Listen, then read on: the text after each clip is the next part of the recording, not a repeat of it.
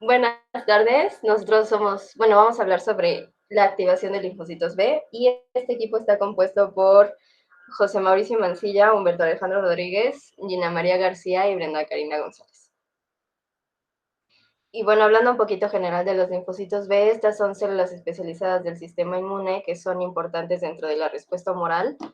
Estas, se caracterizan por tener funciones principales como la producción y liberación de anticuerpos y poderse diferenciar en células de memoria, y estas son producidas y maduradas en la médula ósea. Y ahora hablando un poco sobre antígenos que, logran producir activación de linfocitos B.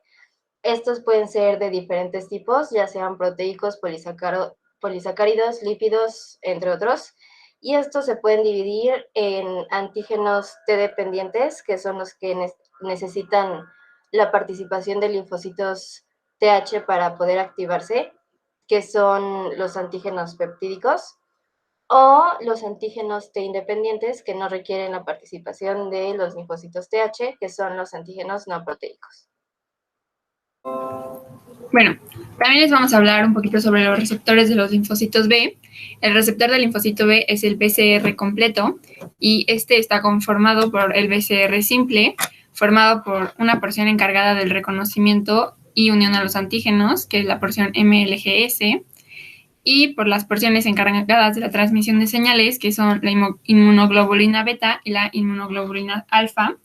Estas dos tienen residuos de tirosina, los cuales son fosforilados por enzimas protein-tirosinasas y ayudan a que continúe la transducción de señales en el interior de la célula.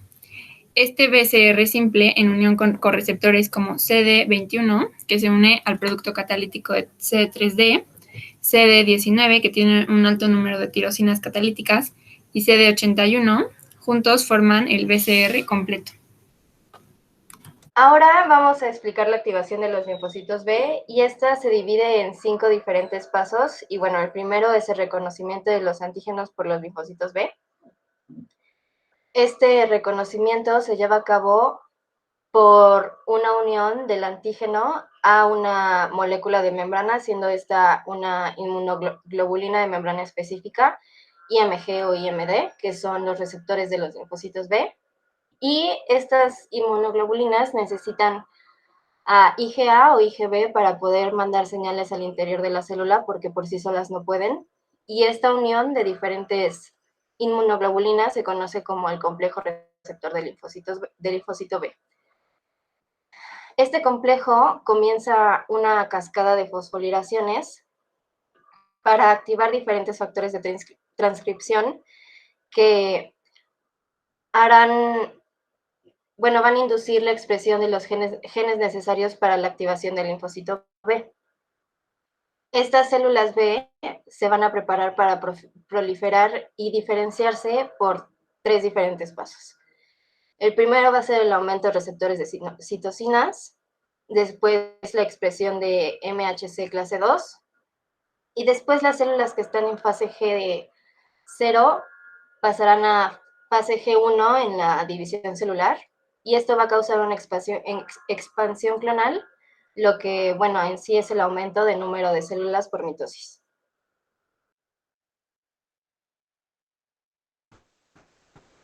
El siguiente paso es el mecanismo de activación por antígenos T dependientes. Entonces, primero va a iniciar en este mecanismo, el linfocito B va a funcionar como una célula presentadora de antígeno.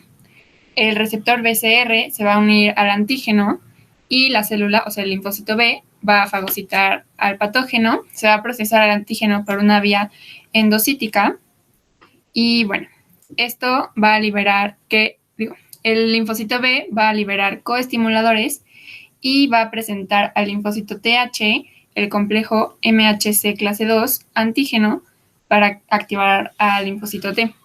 Después, ya que se activó el linfocito T, este va a liberar citocinas como IL-4 e IL-21, las cuales van a estimular al linfocito B a diferenciarse y a proliferar y van a determinar a qué tipo de inmunoglobulina va a sintetizar el linfocito B. Y bueno, ahora el mecanismo de activación por antígenos T independientes. La mayoría de los antígenos a los que nosotros pues, nos vemos como sometidos son antígenos proteicos, pero también existen los antígenos polisacáridos, glucopéptidos y ácidos nucleicos, que se caracterizan por ser no internalizados, que significa que ejercen su acción mediante señales intracelulares. Y esta respuesta se compone de anticuerpos de muy escasa afinidad y de células de poca memoria, que, bueno, son producidas por los receptores del linfocito B. Y en realidad esta reacción tiene solo una importancia práctica, que es que muchos antígenos de las paredes bacterianas son polisacáridos y este es el mecanismo principal de activación de los linfocitos B en la inmunidad frente a infecciones bacterianas. El siguiente paso que se va a dar va a ser la diferenciación a células plasmáticas, que son las productoras de anticuerpos. Bueno, los linfocitos B que ya proliferaron se van a diferenciar a células plasmáticas por dos procesos. Estos procesos se van a llevar a cabo gracias a la acción de interleucina 2, interleucina 4 e interleucina 6. Estos dos tipos son cambio de isotipo de cadena pesada y maduración de la afinidad. En el primer proceso se va a dar un reordenamiento de los genes. El linfocito B, que bueno, anteriormente, como habíamos mencionado en el primer paso, podía expresar isotipos de las inmunoglobulinas de cadena pesada M y D. Ahora va a poder expresar también cualquier tipo de inmunoglobulinas, A, G y E, dependiendo de la estimulación que reciba del linfocito TH. El segundo proceso, que es la maduración de la afinidad, las inmunoglobulinas van a aumentar su afinidad por los antígenos proteicos determinados. Y bueno, gracias a este proceso va a ser si continúa el mecanismo de supervivencia de los linfocitos B. Es decir, los que no puedan madurar van a sufrir apoptosis y los que sí logran madurar van a continuar y formar parte de la defensa inmune.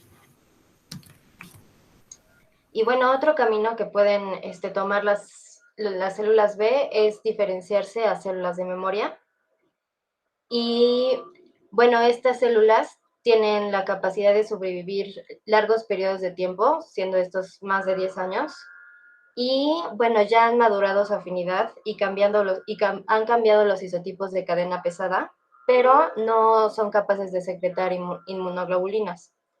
Y bueno, su función principal es poder crear una memoria inmunológica que pues sea capaz de reconocer más rápido a los mismos antígenos en una reexposición.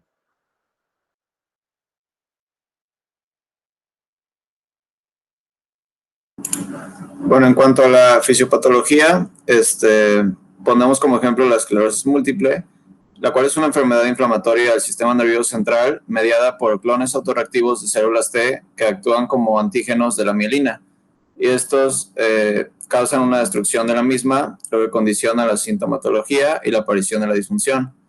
Esta patología se caracteriza por la infiltración linfocítica que produce daño a la mielina y en los axones. El papel de las células B en la esclerosis múltiple es que tienen, el principal aporte es que tienen la producción de citocinas proinflamatorias como la linfotoxina y el TNFA y su capacidad de actuar como células presentadoras de antígeno para activar a las células T.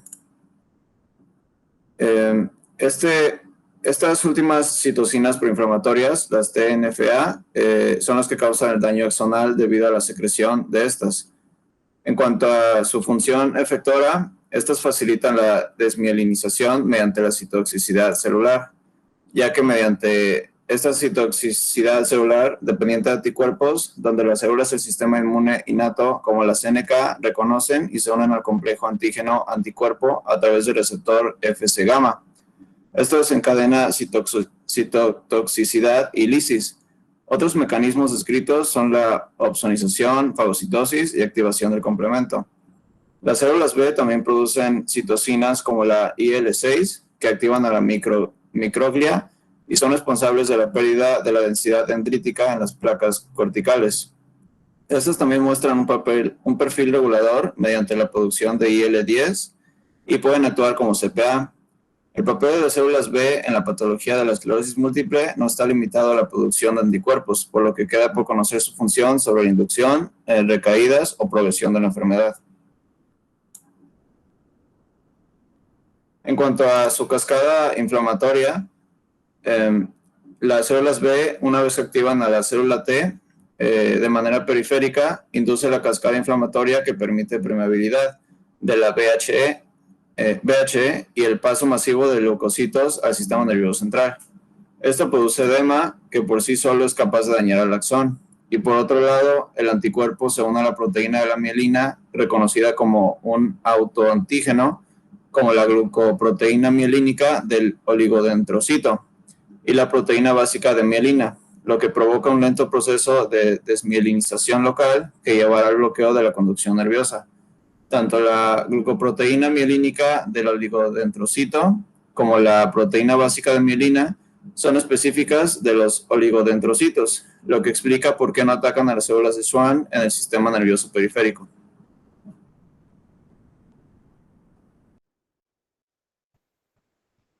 Y bueno, tenemos los componentes de la respuesta inmunológica innata y adaptativa.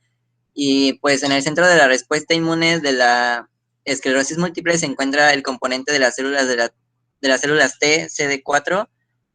En el sistema nervioso central están las células inmunes más importantes, las microglías, que son células propias de la respuesta inmune innata, sumamente sensibles a cambios y capaces de secretar mediadores solubles y presentar antígenos. Sus procesos apendiculares se extienden lejos del cuerpo celular, hacen una disposición que les permite detectar cambios menores de las células adyacentes, como las neuronas y los astrocitos.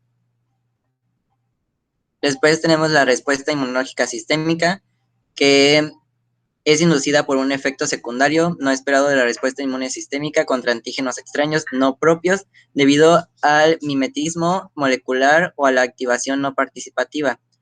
El mimetismo molecular sugiere que antígenos no propios presentan homología estructural con los antígenos propios y que pueden inducir la autoinmunidad dentro del sistema nervioso central. Por otro lado, la hipótesis de activación no participativa sugiere que la respuesta inmunológica sistémica contra otros antígenos lleva a una respuesta inmune contra antígenos propios.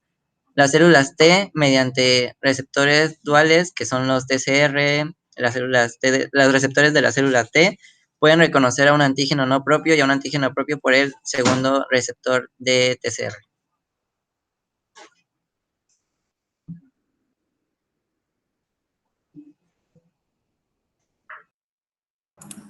En cuanto a las células TCD4, en estas se encuentran TH1 y TH17. TH1 se diferencia en respuesta a la activación ante la presencia de interleucina 12 y por otro lado TH17 se diferencia en respuesta a la activación del factor de crecimiento transformante beta 1, IL6, IL21 o IL23. Las células TH1 y TH17 contribuyen por distintos mecanismos a la patología de la esclerosis múltiple, aun cuando otras células del sistema inmune pueden producirlas, como son IFN y IL-17, que son citocinas clásicamente usadas para definir a las células TH1 y TH17 respectivamente, y estos tienen efectos directos en la patología de la esclerosis múltiple.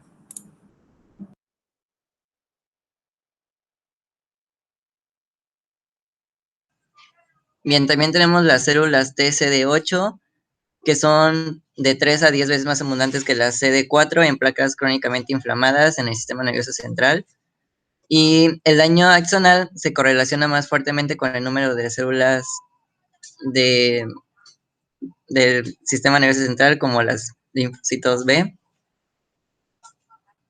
Y las células T interactúan con células que expresan el complejo mayor de histocompatibilidad de clase 1, que es la MHC1, el cual se manifiesta en todas las células nucleadas. Diversos mecanismos están involucrados en la destrucción de neuronas por parte de las células T, que anteriormente han sido activadas por las linfocitos B.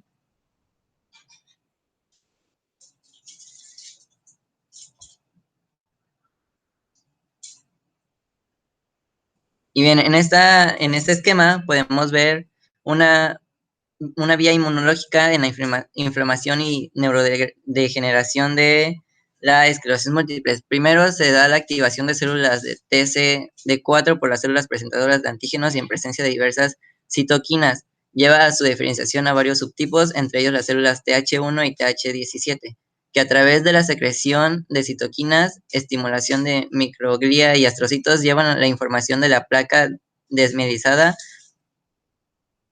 A su vez, se hace la activación de microglia y astrocitos junto con la activación de las células TCD8 positivas. A través de varios mecanismos llevan a un mayor daño axonal y eventualmente contribuyen con la neurodegeneración observada en la esclerosis múltiple.